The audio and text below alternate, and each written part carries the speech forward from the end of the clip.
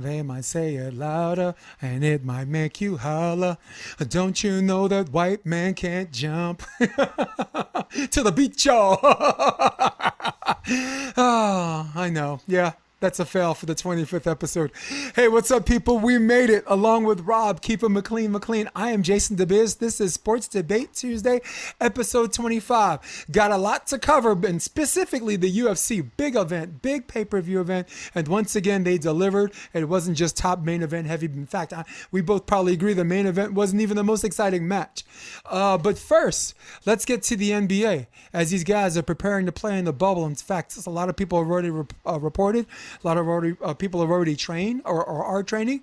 The NBA has allowed players to use statements for their instead of their jersey names. Like, for example, one of the players has enough. I can give you a list of the players later. Someone has I can't breathe. Maybe someone has Black Lives Matter. But conspicuous by symbolism absence in this case is LeBron James. LeBron James has elected to just have his name James on that. So do you think what does that say in the big scheme of things about what the NBA players are doing and what LeBron's doing, Rob? Well, just to disclaim, I think Adam Silver is, one of the best commissioners in all of the sports. I think he's done he always tries to do a great job. But that includes putting that Dana forward, White. putting that forward, he's still the culmination of the owners in the league. He's still the voice of a whole nother side of the league that most of us, especially as fans, don't really understand, don't really view most of the time. So I think he does the best with what he can. But going forward, I agree with LeBron. I was actually thinking about this before I heard about this story, that if you put yourself in his shoes, someone who built up his brand for so much time, just to put a message over that covers one singular issue, I think is the real problem. That there are multiple issues that, and you don't want to exclude anybody in their issue and their problems by shining your own problem in the spotlight. So it's more that if you really want to know, if you really want to understand, or if you really want to hear what he has to say, listen to what he says, and don't tell him to shut up and dribble. If you want to, if you don't want him to do that, then understand that he's also a person. He's, he has rights that he can speak up and talk just like anybody else. So I think his issue is more that listen to what he's saying, listen to his words, as opposed to him having to make another sign and another symbol to tell you what's wrong, to tell you what the issue is. I think we all know what the issue is. Charles Barkley was saying it too. Ooh. That we don't need, quotes and T-shirts saying what we need to have change. We need change. It's just plain and simple. So I have to agree with what he's saying. I also have to say I think it's an amazing step forward, though, because the players that don't have the chance to have their name noticed in the entirety that LeBron or some of the top players might have in the game, that they're able to not just have their name and their team on the front of their shirt. They can have a quote. They can have something that inspires them or shows people who they are deeper than just their name. So I think there's both sides to it, but I don't think that LeBron should be forced to or should have any backlash if he doesn't want to put a message on his jersey. Yeah, no doubt. Well, let me put it up before I say what I got to say, because I really love what you said. And you covered so many layers which I'd like to discuss further in regards to the other players that are doing it, where LeBron seems like his own separate category. Does that sound fair? Sound good? Yeah, absolutely. All right. Here's where you put up. Let me do this. Everything that I do has a purpose, has a meaning. I don't need to have something on the back of my jersey for people to understand my mission or know what I'm about and what I'm here to do. And you know what? I probably don't even need to say anything more than that, because we talked off the air a little bit about this, and I can sum up this whole little long diatribe or soliloquy into one sentence and save everybody the time. His name, James, on the back of his jersey is his symbolism. True. Everything that man has done since his mid to late teens, all the way to the present day, this man's philanthropy is off the chain. You got kids going to college for free. Free! They're going to college for free, Rob. Okay? Because of LeBron James. This man is feeding the hungry. This man is a social justice warrior. This man, when it was time to wear a sign that says "I can't breathe," he was there. When it was time to wear black, when everybody was suiting up, he was there. When it was time to wear a hood to warm up, he was there. So he's done enough symbolism to last 2 lifetimes. All of that has been a culmination to what he's become, and that man is LeBron James. Don't have a lot of heroes in life. I got Jesus, all right? You know what I'm saying? This can't be a bigger hero than that. But LeBron, in so many ways, the guy's my hero. The guy is the American dream. The man is the American dream. High school player, married his high school sweetheart, no scandals, no controversy, didn't go to the NCAA because he didn't want to give the NCAA his money. Only keeps a circulation of friends high, but his tight circle of friends very, very low. If you ain't producing, you ain't got a purpose, you're not part of that crew. And this is just, I don't even know why this is the story. This is just normal LeBron James. The man is the GOAT in the NBA as far as what he's doing off the court and on the court. Again, on the court, hate to cheapen the whole thing by mentioning Jordan. Well, I mean, we all agree Jordan's the GOAT, but to me, that's where the buck stops. You watch his documentary and you watch how he motivates people. I'm looking at LeBron James's documentary, which is his life right now as we speak, and how he lifts up people around him. More than one way to skin a cat, which is what I wanted to get at before. I don't think before I say anything, I got a question for you, and you could take it and steal it from me. Do we both agree symbolism's important, but activism's even more important? Yeah, I mean, I think they're both really important. I think they both hold weight. I believe you lose you don't have any standing if you don't have symbolism, right? But if you use symbolism the wrong way, it could just be a cheap excuse, So I think symbolism is really important when it's used the right way as a tool to move forward, to strengthen an issue or a cause that has had a passion behind it at one time, and that could be for a bad cause or a good cause, and I think it's just up to us people to decide whether this cause is just or this cause is not. But that's all over the place. No doubt. Look, for me, symbolism is important because it gets people's attention.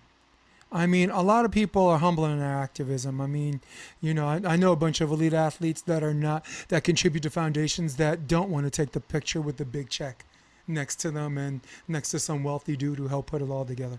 All right.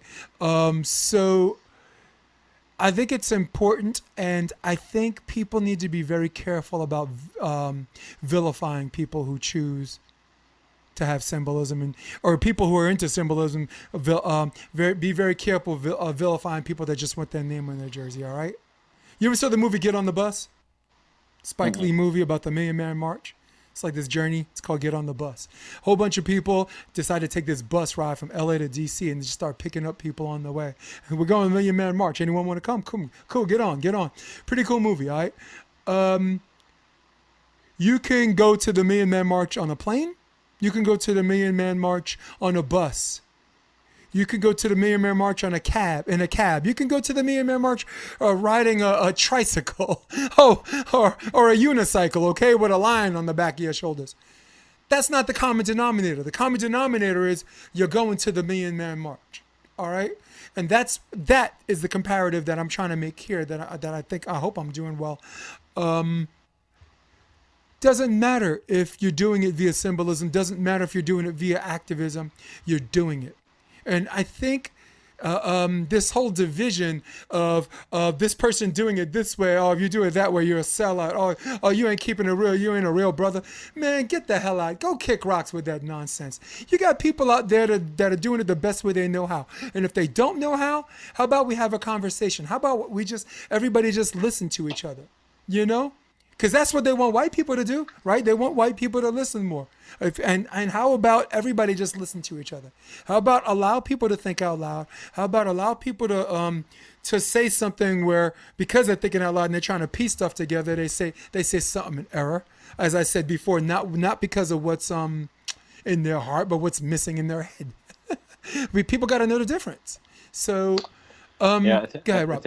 I think the hard thing is that people have to people, through history, all we've understood, or all the people that have been oppressed have understood, is that it's going to take time and there's going to be a lot of pain and struggle. And when there is other options out there, like education trumps everything, So when you're able to, hold something that's valued across all cultures, that could be able to the ability to communicate and articulate a conversation, and just that ability to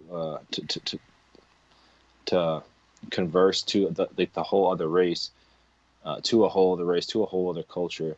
You have to step outside of what you know, and all people know in history about being oppressed is that to get out of that oppression is a lot of pain and a lot of time.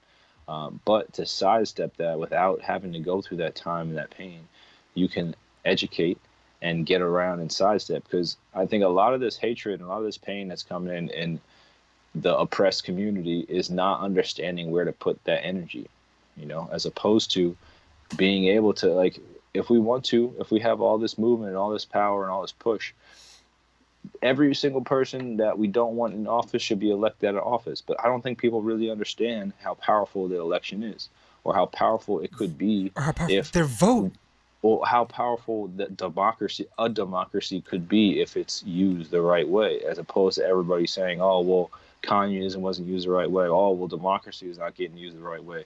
Well, why don't we use our passion to change the system that we're in, and that's where I have to, there's always weaknesses in all sides, and so I'm just talking, from within, because I'm on the side of, people being equal, that's all it comes down to. And so, like you were saying before, to have that conversation about where they're coming from. Are you coming from a place of progress, or are you poking at the problem?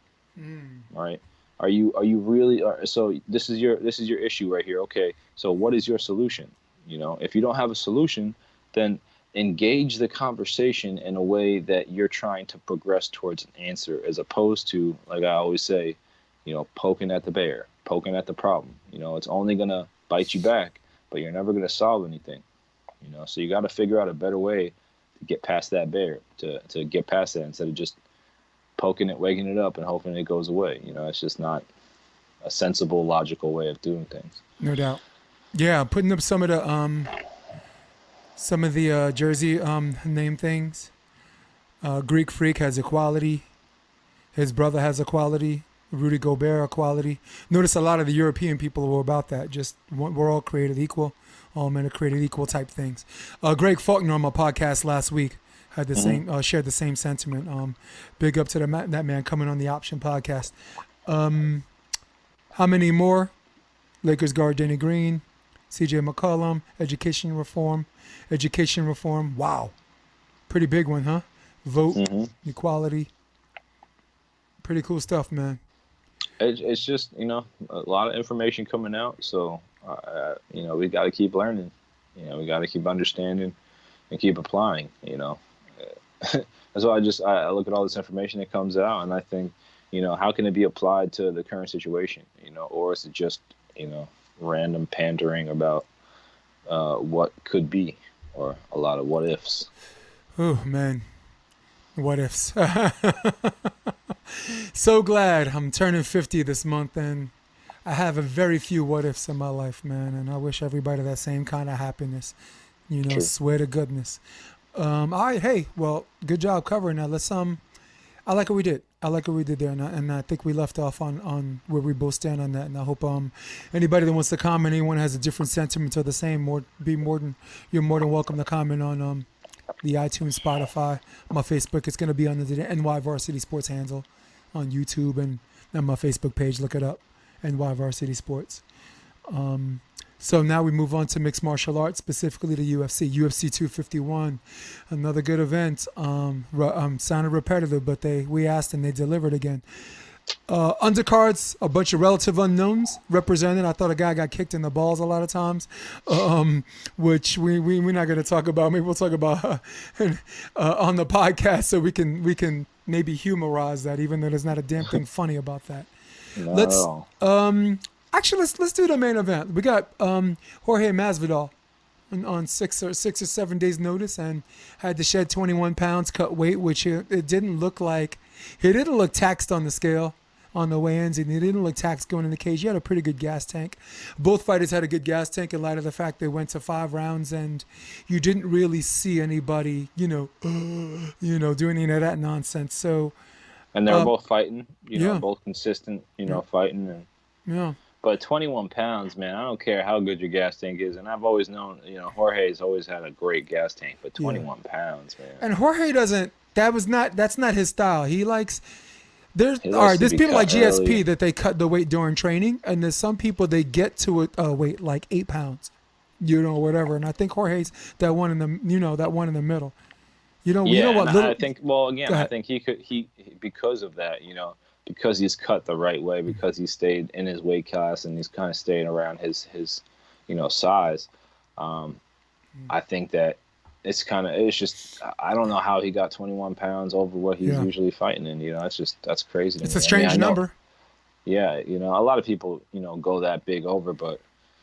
Well, it's a strange number because in many states, 22 pounds is a legal limit. You can't. Maybe it was even more, and it was fudged in a sense. Maybe, yeah. I mean, come on. He was not past the UFC to have GSP not make weight and have him come, have it say 170, or Daniel Cormier hold the towel. Remember when he had to make a weigh-ins to come? I'm like, can't you see this man is holding the towel so he can make the weigh? Legitimately. And then celebrating after, like, come on, like, what the hell is that? Ain't nobody celebrated to get off the freaking scale. All right, Rob, the question is, and I think I'll go first on this one, Mm-hmm. and you could back clean up. Usman versus Masvidal was the fight what everybody expected? And my answer is yes, it is. As we said on this show numerous times, styles make matchups, and if you have a fighter that's very good at striking, has very slick submissions that goes against a wrestler, you're going to find that fighter. If that fighter loses, you're going to find out because he got pressed against the cage. You're going to find out that he got taken down, but was able to get back up. And you'll find out that at no time did he hit someone hard enough to put him in danger. And that is what this fight was. That is how predictive validity told us. We're MMA enthusiasts, okay? I would in fact even call us purists, but I don't think you even a casual fan knows that you've seen Kamaru fight. He's a constant pressure guy. He's in your face. He'll give you noogies and then occasionally load up and punch you hard, and by the time the second round comes, you're like, I don't even want to go back out there, and then you got Jorge Masvidal, who's got that gas tank that could go all 5 rounds and is very, very difficult to finish. I don't think he's been finished in 10 years.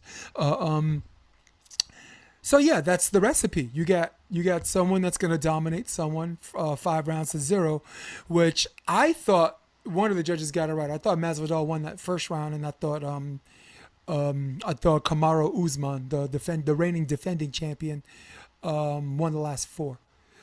So thoughts? Was this fight what you expected? So I got kind of 2 answers from it. Of course, I can't really pick one, but in totality, no. Because when I saw it and now I hear the 21 pounds, I mean, I heard it was a big weight drop, but I thought it was more like 14. I didn't know it was actually 21. That you're just not going to – I mean, even if you get 95% Jorge Masvidal, you're not going to get 100% Jorge Masvidal. And that's what he needs to win that fight. Just because when you look at the size difference between them when they go in there, I mean, maybe it's because Jorge didn't have enough time to gain that size back after that big of a drop. Because I know most people may know, but after you drop, you kind of gain back some weight with a lot of water weight after you just dropped all that weight and you just made the weight officially. But it seemed like he was a small guy in there compared to Usman. I mean, he held up well. I thought he was really strong in the clinch. He was really strong on the ground. He wasn't overpowered on the ground necessarily, but he was just smaller than Usman. Past that, though, a little worried that I saw maybe an old Jorge come out a little bit more tentative in his striking, and a little bit more, hesitant to exchange, especially in the clinch when they break clinch. He usually tries to control that and tries to break off. So maybe he doesn't really have the physical strength to match up with Usman like that. But I think the bigger thing here is, I think it's just the age of the wrestler. I think everybody's become so good that it's kind of gone back to the original who's the best type of fighter, and you mix the base of wrestling in with just a little bit of confidence and stand-up, and it's just a really tough combination to break. So I think this could be a great three trilogy type fight, a trilogy type fight. I just I had a definite feeling that Jorge coming in, hasn't fought too much recently. No one's really fought too much recently. That's what I was saying before. Kamaru Usman's offense is just very simple. It's not very complex. I think Jorge's a guy who, especially in the last 4 fights where, he's been on fire, where he has that touch, he has that feeling, he has that range. I was definitely seeing he did not really feel the range with Usman and all. And that's, with a wrestler, you need to know range. You need to understand how to feint them, how to keep them at bay so they can't just, level switch at bay. So, yeah, I think was it everything I expected? Absolutely not. But I was actually pleasantly surprised because, looking at it, I was like, oh man, Usman's either going to get, he's going to get a knockout or he's just going to maul him. And I was actually surprised at how minimal Jorge was damaged, at how minimal Masvidal, how Jorge Masvidal was damaged, how he wasn't. Yeah, you were saying he didn't really have a stab gas tank at the end. So I was really impressed, and I think he could definitely fight a 10 times better fight next time. And I don't really know if Usman's bringing more than he's given. So I think it's just at this day and age in the UFC, Khabib, all the guys coming out of Dagestan, all these wrestling-based type fighters, and now you have an Usman. It's just, I think it's that new style again coming back, where a wrestler is just dominating because a lot of people can't take their 10, 15 years of practice before UFC even becomes a part of their mind, where they have that mindset, they have the weight cut, they have the discipline, they have such a good base. So I think he'll be a really tough champion to beat. I would love to see, somebody coming out of the camp of Israel Adesanya coming out of that weight class and challenge 170. Somebody in that, from that, because I mean, Volkanovski is an older fighter even, and Izzy is a little bit of an older fighter. Dan Hooker is a little bit, on the older side of young. So is Masvidal. Yeah, absolutely. So I would love to see maybe some new age guy coming out of that camp in New Zealand, Australia area, and maybe challenging Usman on the feet, because I don't know. I mean, for me, the Khabib fights, the Usman fights, they're not as exciting to watch, but man, they just get mauled. And then even when Colby Covington, takes people down and deals with people on the ground, it just seems like wrestlers are on such a different level. I mean, jiu-jitsu artists, I get they can, submit you, but a lot of people are at least understand that they're in danger of getting submitted. But when it comes to wrestling, it's coming and you can't stop it. You just can't stop it. Yeah, man. And didn't we see a prequel, in the beginning of the UFC, how great, you look at The Godfather, Ground and Pound, you look at Mark Coleman, Exactly. then you look at the generation with Matt Hughes. I'll even go, lower level like Josh Koscheck, Hmm. and guys like that. Diego Sanchez before he's decided to stand and bang very big, one of those wrestler guys take down, put his the top of his head in your chin and just grind and Hmm. whatever. And to a lot of people don't consider that exciting. I I like those kind of fights. What I don't like is someone pressing against the cage and they're just biding their time. What I don't like is someone taking someone down and they're laying and praying. Okay, now that's a turn off for fans who don't have an interest in that style of fighting to begin with, But if you have someone, on top looking to pass, I could see that. You're looking someone on their back. They're not just holding on to the guy until the ref stands him up. Because depending on the ref, some refs just you go the whole 5 minutes that way. Hmm. That's why. Why do you think GSP got so much latitude on top? But he got so much latitude from the refs because the dude was always busy. The dude was always true. trying to look for a submission or trying to cut you up. Everybody's like, I know if anyone that says, "Oh, GSP, he just laid on that guy for 5 rounds," and I'm like, look at that dude's face. How did this? Right. How do you think his face got like that? He slipped on a banana peel on the back after the match? No, dude. He got cut Well, up. He got cut up with one of these. yeah, no. I definitely feel like it's they've done a great job of policing it. I think it could be a little bit more because I think they give maybe a little bit too much leniency now on staying on the ground. Because they used to stand them up way too quick. Yeah. Or they used to break them off the cage like way too quick. I think they've done a great job of keeping the cage a little bit longer, but I feel like a lot of the times, guys will stay busy but not really be active. Does Yeah. that make sense? Yes. Like I feel like maybe that can be like the Just next kinda- step where Just they're look just like trying to I give you fist in the niggies. face, and it's like, oh well, every 3 to 5 seconds, as long as I like throw some punch, I'm being active, and it's Yeah. like, no, you're being busy. You got to actually put forth like a you're trying to, it takes a little bit more skilled refereeing as well. But if you're trying to set up a move, if you're trying to cause damage on them, if you're if you're obviously taking rest and then throw a punch and then taking rest, like it's just. I just think the game can be what it wants to be, which is a fast paced. There's no breaks. The only break you get is the 5 minutes in between, and I think that kind of constitutes a break. The minute in between. Don't give him no 5 minutes, Rob. Well, no, I'm saying in between know. the 5 minute rounds or in between the 3 minute rounds. That's 3 minute rounds. The 5 minute rounds. That's the time that you have to rest, and past that, because you got to think of it from a fighter's perspective too, or from a coach's perspective as well. Like, you've got this guy on the ropes.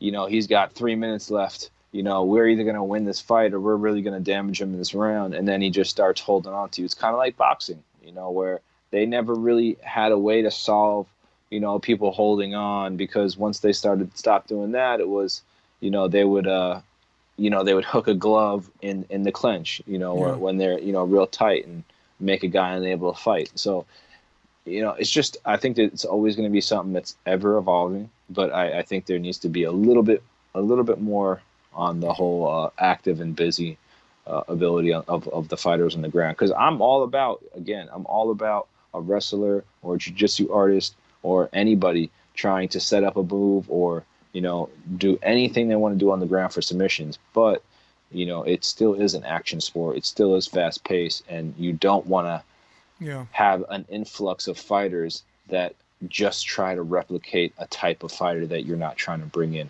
And that's, again, just to Dana's point from the beginning, you want exciting fighters, and not to say Usman's not exciting, but I think if he's challenged in a certain way, it'll be a more exciting fight instead of, just barreling down somebody and, doing the same exact thing each time.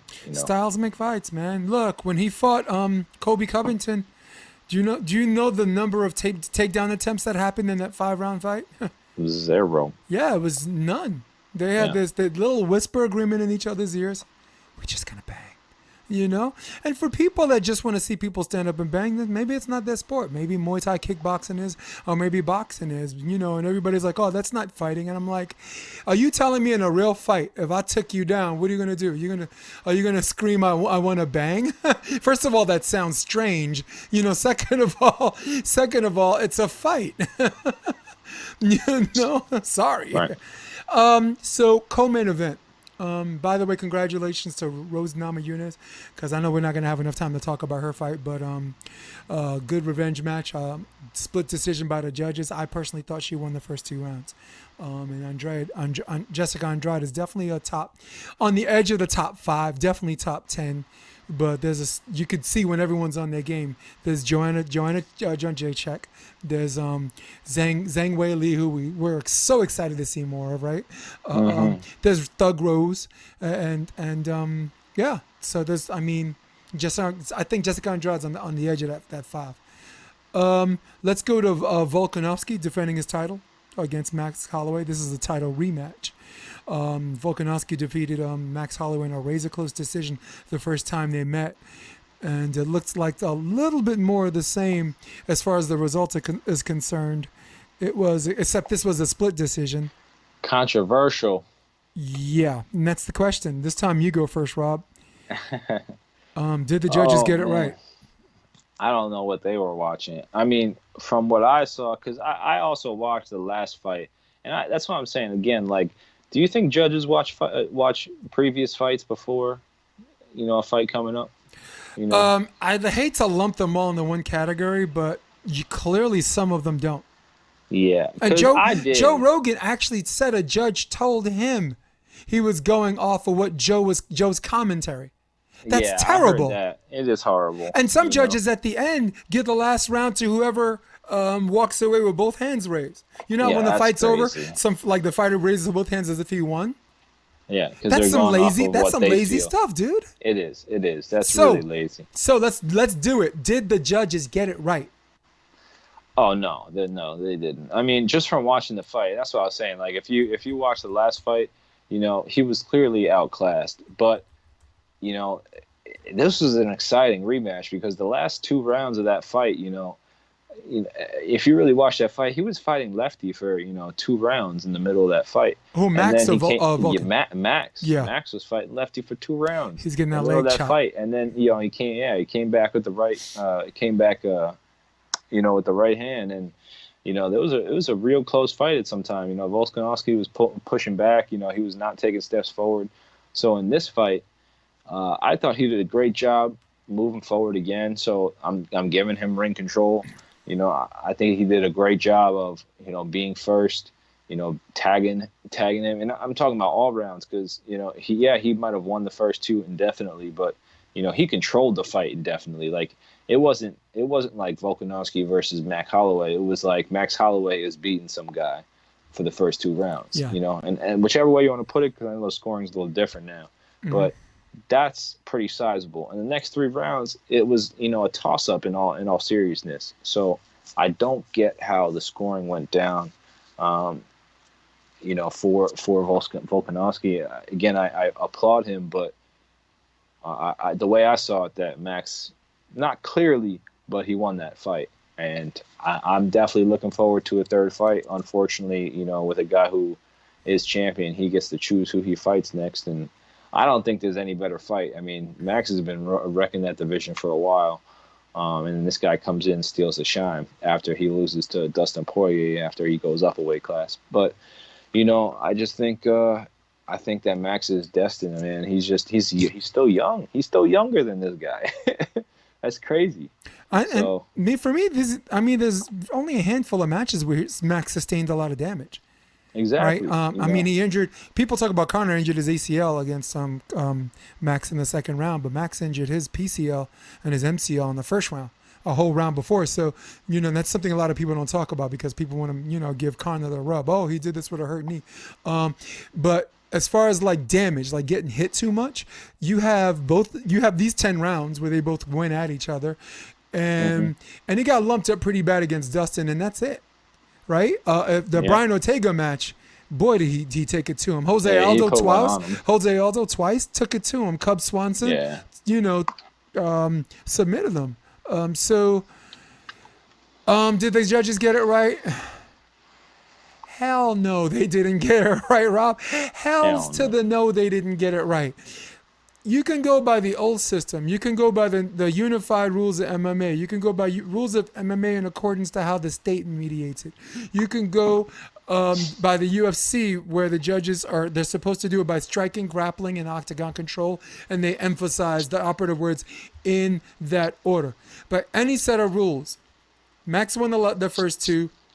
I got to give Volkanovski the last two. And the question is, who won round three? Round three was dominated the first 4 minutes by Max, and the last minute or 45 seconds by Volkanovski. One of the judges got it right. Two of the judges got it wrong. 48-47 on a split decision. Volkanovski walks away with the belt. And to me, when I came into this, the real winners were the fans, because Volkanovski is such a likable person. Right. You know, he's part of Israel Adesanya's camp. They're all likable people, right? Dan Hooker, you know, he gets out there, he could talk a good game and backs it up. Israel Adesanya has, in Khabib territory, right? He's yet to no defeat. And then you got Max, who's the only thing more lovable than him is his kid. So, and now the real losers in this one are the fans. Yeah. The fans feel cheated. Twitter blew up celebrity style. But hey, I think it's coming back. Yeah. I think we're getting a third. I just don't think anyone. I mean, who's gonna fight Max? Right? That's what I mean. I don't think anybody wants to fight either one of them. So I think. I mean, hey, Brian Ortega, but where's he been? Nah. Yeah, he's been hurt for a while. Where's he been? Hey, dude, I saw him on a damn skateboard when I was singing karaoke a few months ago. He was chilling at Hennessy's with us. Yes, he was. Wow. He lives in Redondo Beach, so it's not uncommon for me to see cool. to have a Ortega sighting. And everything you see about him on camera is the same thing off. He's the same person off camera. He's so fucking chill.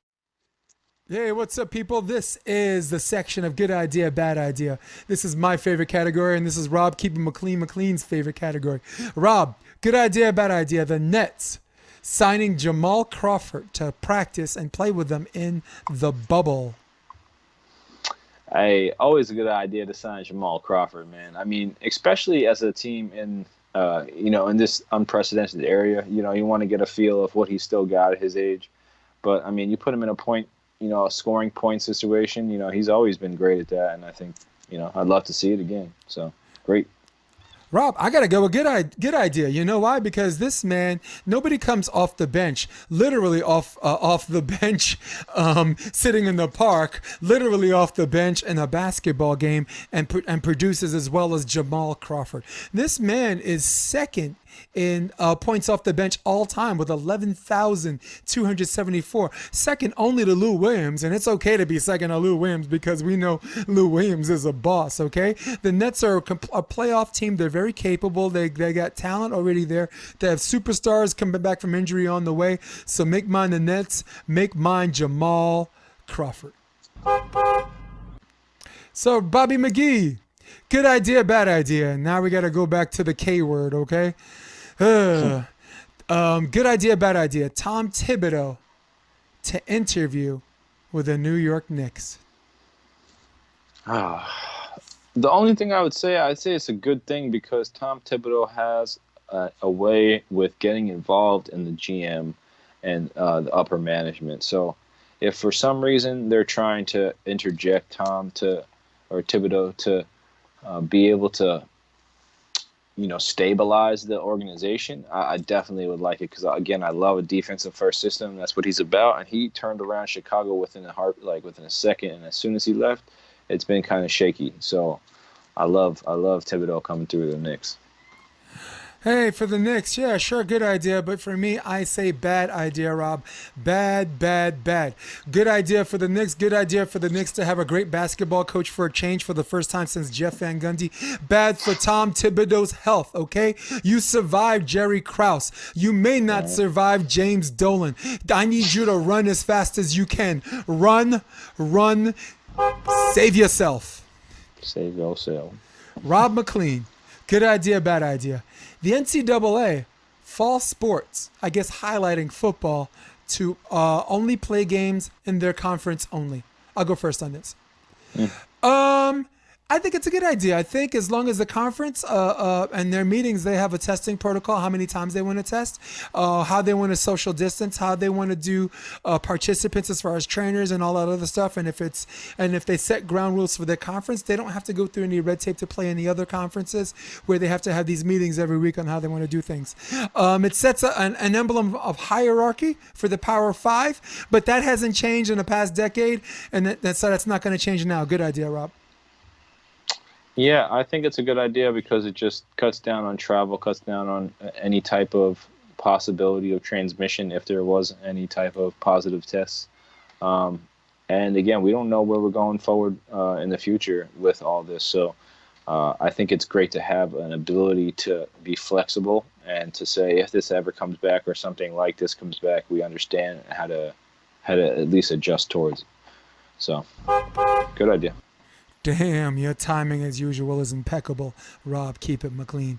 Last good idea, bad idea. Okay, we're gonna revisit this, but it's worth the extra minute.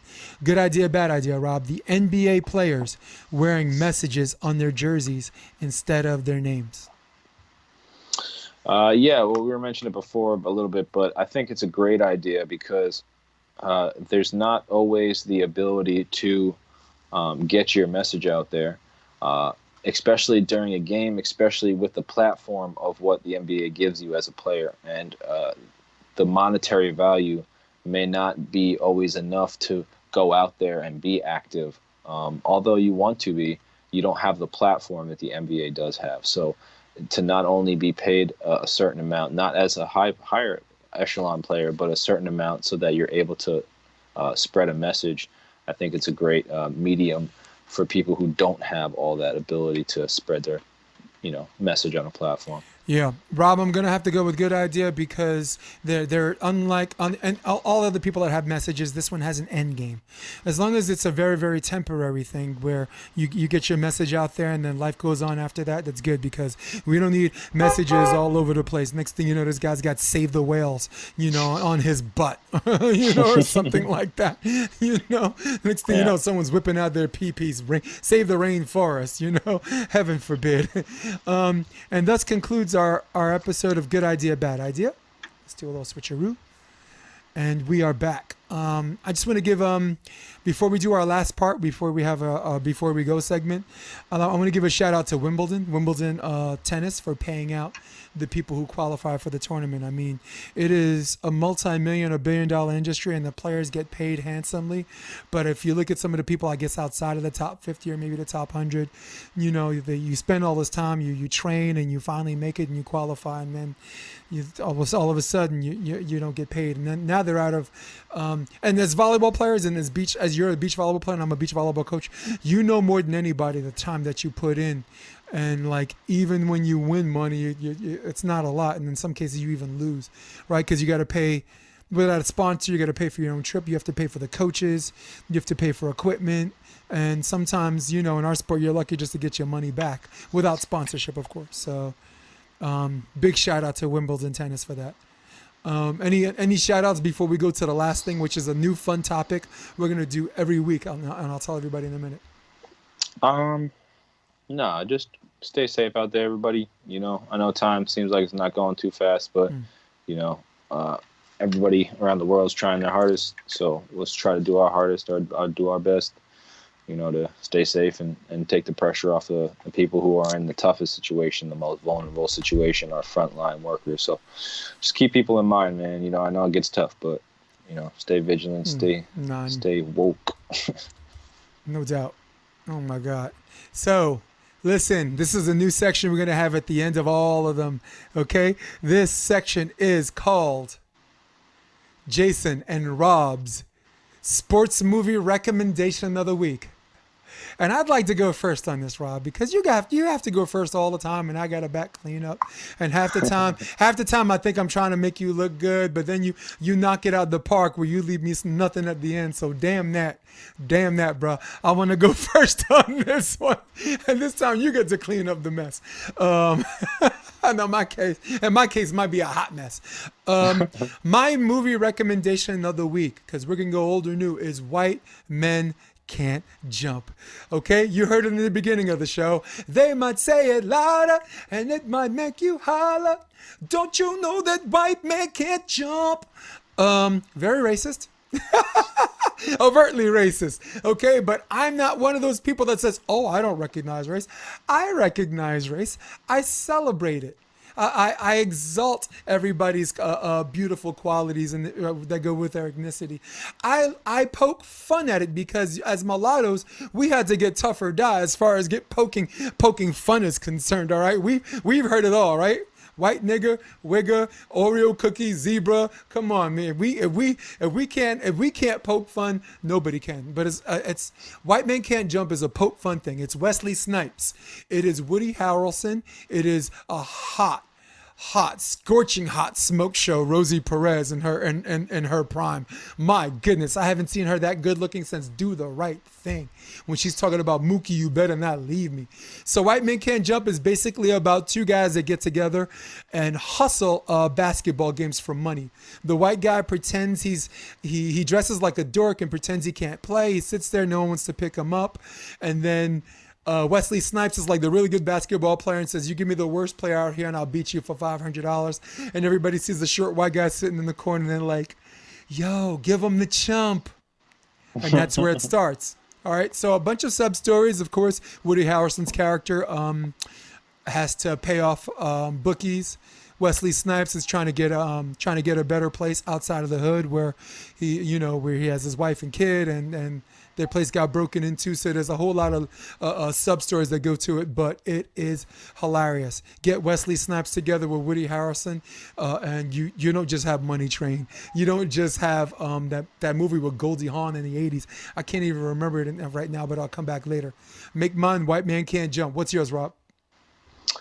So I was gonna, as a baseball guy, I love baseball movies, so I heard this and I had something on my mind at first, but I kind of was thinking, and I think I might change it. The movie I love this movie, and I love movies like this for all types of ways. But Glory Road, I thought, and there's a story because I never really heard about Texas Western University before. It's crazy because that should be a story told, throughout history. Just how unranked they were. I mean, we could talk, talking about like March Madness or how unfair it was back in the day where there was no playoff to get into, the championship game. It was, if you won a certain amount of games that year, you're going to play certain teams because you're the best team in the country. So, it didn't take 4 years for a team to be able to get to play in the national championship game. If you're beating all these top teams and you're making your way to the playoff, all the way to the top, you could be 14-0, 15-0, 15-1 that season and play Kentucky in the Final Four. So, Pat Riley was on that team, by the way. Yep. It's just a different time, but a lot of great names, a lot of really great basketball players at that time, but and then just everything that those kids had to go to. And again, they're kids, think about college, think about, and it's so unprecedented because, you think about all what's going on now and how the responses that some people have now about how slavery wasn't real or, it wasn't that bad or it wasn't something else, but, or it's over. Yeah. Or it's not here anymore. Yeah. Or the now is not affected by then. It's just it never even had to happen. That's the always thing that I always come back to as somebody that's been a part of feeling that before. I didn't bring it upon myself. Nobody had ever brought that upon themselves. Nobody brought slavery upon themselves. So I don't understand where people can't get behind inequality and injustice. I know I'm not saying things aren't going to be different, but they can't stay the same.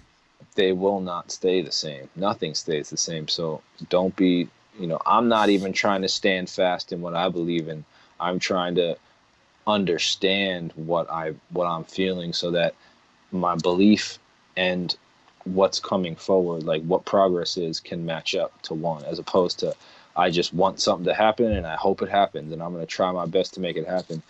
You know, I have to be realistic as well. You know, I can't just want the world and then not expect that to maybe hurt somebody else, you know. And last thing I'll put on this, because Glory Road is the bigger point, but Yeah. there's a book called Pedagogy of the Oppressed, and the big thing they say in that, in the first couple of pages, is the oppressors have to liberate the oppressors as well as the oppressed. They have to help themselves, but they also have to get the people who are oppressing to understand that oppression is not good for anybody. That No, they we shouldn't all want to be lose. oppressed. They shouldn't oppress others. And then we shouldn't oppress those because we've been oppressed. We should understand and rise above that, as opposed to becoming a new oppressor. So, and that goes to anybody, just educate. You know, there's so much more understanding that can happen out there from people who has actually experienced and have been through oppression throughout history, right? So if we want to go through history to deflate a movement, you should at least go through history and understand how relevant that movement is throughout history, as opposed to, oh, right now you want to step up and say something. You know, I Yeah. think, again, not trying to sidetrack, it goes up to, again, that Me Too movement. You know, I think all women should speak out, but look at how they're getting treated when they speak out. You know, false or not, you know, it should be treated with delicacy and with passion and with understanding. And then if it's wrong, they should be totally chastised, but not before the point. Yeah, but most important for I'm getting to the woman thing in a minute. But Glory Road, the one thing I got from that is how like if you give a hungry coach an Hmm. opportunity, you never know what you're gonna get. You might just get an NCAA champion. If I remember, It's true. that was their college coach is coaching girls high school, right? Right. And no, normally, I mean, it wasn't just a racist society; it's a sexist society. Wait a second, this guy coached girls and now wants to coach men? Please, he's out of his mind. He's not worthy. And we see a lot of that in our sport. You know what I'm saying? That whole officers to officers and enlisted men to enlisted men. You know what I'm Hmm. saying? I mean, half the time in California, some of these kids, it's only people they know. Like D1 only coaches D1. You don't see D3 guys coming and coach D1 unless they're hungry, and you give them and they took that little opportunity and plowed through it with a tank. So that's the thing I got from Glory Road, because I took a Glory Road like that guy. I had to do more with less, and finally, until I finally had a chance to do more with more. And I appreciate that. And getting back to the whole Me Too thing, the whole sexism thing. Before I go, I just wanted to say that this is where symbolism needs to be careful, right? Like, you remember there was a time period where girls were saying about the Me Too, guys, what are you gonna do about this, right? A girl gets raped every whatever second. Guys, what are you gonna do about this? What are you gonna do about this? And that whole thing just gets repeated and repeated, and you appreciate it because you want guys to actually listen. But I have a problem with asking what guys are gonna do about this when we are the ones that actually set up shop like that to begin with. So when Miranda, your girlfriend, was the love of our lives, actually, right? Everybody's life. She's just adorable. When she's on the show and they were asking what I was gonna do about it, I said not a damn thing, because if I start saying I'm gonna do this about it, I'm gonna get together, I'm gonna with a bunch of guys and we're gonna do this and we're gonna do that. What's happening? We're the ones making the rules again. And the same people that got you into this mess are the same ones that you want to get together and establish new rules and guidelines on how we're going to treat women. No, what I'm going to do is listen. What I'm going to do is the only thing I could do besides nothing is listen. I mean, if I want to know how a woman should be treated, or what guidelines or rules, and we want to have that conversation, wouldn't it be nice to have a woman in the room? Right? Wouldn't it be nice to have, if it's a woman's issue, how about we get some women in there? I agree with that. And that's, I mean, so people took my answer cold because they just took it as a one-dimensional face value without understanding where I was coming from with that. So I just wanted, that was on a few episodes ago, and I just wanted to clear the air on that. When I say I'm not going to do nothing, it doesn't mean I'm going to let them get raped. I'm just saying I'm not doing nothing without women in the conversation. Yeah. I So, mean, because again, like and I think, I don't know if you were saying it or somebody else was saying recently, but you can't have somebody outside of that group determine what is oppressive, determine what is for that group. you Yeah. know, anything, you know. Yep. So if I'm not a Hispanic male, I'm not going to go out and speak for a Hispanic community because I don't have that experience. You Yeah. know, I'll speak to somebody who has had that experience and understand where they're coming from, try to talk to more people like that person, try to understand what their experience is and make an average or a medium and understand things. But, Yeah. I can only speak from my experiences because that's truth. Yeah. That's power. There's no denying what I've experienced. And there's very few things that are truthful in this world because there's you got internet, you got Photoshop, you have word of mouth, there's just you have trolls, you got all these things where people just actually enjoy giving misinformation because they either make money for it or they enjoy other people not understanding things and freaking out and having trouble. There's just a lot of things in this world that you have to fight to be a good person. Yeah.